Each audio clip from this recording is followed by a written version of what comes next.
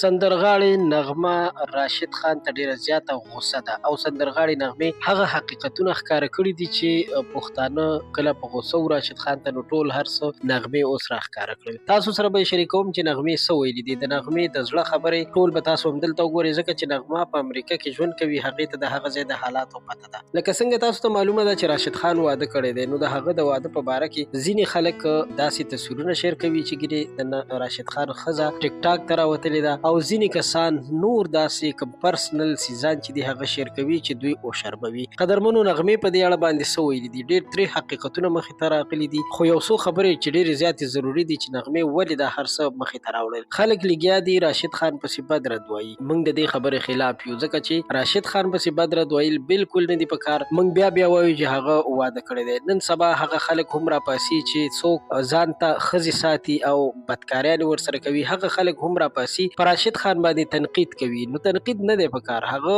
کویدن کړي دا خلک غیر مذهبو سره هم کویدنې ودونه وکړي او بیا مسلمان کړي. خلک رنډیو ښځو سره ودونه وکړي بیا یې سمې لارې ته راولي. نو راشد خان چې کومې جنۍ سره واده کړی دی هغه یو افغانه ده، یو پښتنه ده. که هغې لوپټه نه ده په سر کړې نو دا کومه داسې بده خبره نه ده. راشد خان به یې پوه کړي کیدای شي لوپټه هم په سر کړي، خپل حیا پرده هم شروع کړي، خو هغې ژوند زندگی په هالند کې تېره کړې ده. نو خلکو ته نه دي په کار چې داسې تنقیدونه وکړي په یو چا باندې چې د هغه زړه د دې هر څه نه تور کړي. پښتنو هم همدغه کارونه راخیستي دي. نو پښتنو ته زه دا وایم چې په چا باندې داسې تنقیدونه مه کوئ، ځکه چې خلک خو لګیا دي راشد خان پسې کنځلې هم کوي، بدې ردې هم وایي او داسې ستغې سپورې ورپسې وایي چې ګینې تاسو کله دغه ویډیوګانې وګورئ یا دغه تصویرونه نو تاسو به توبې وباسئ چې په پښتنو باندې څه بلا راپرېوتې ده. اوس د یو چا شخصي کار کې هم کار ساتي، هغه واده کړی دی او پښتانه لګیا دي کنځل ورته کوي، نو داسې نه دي په کار.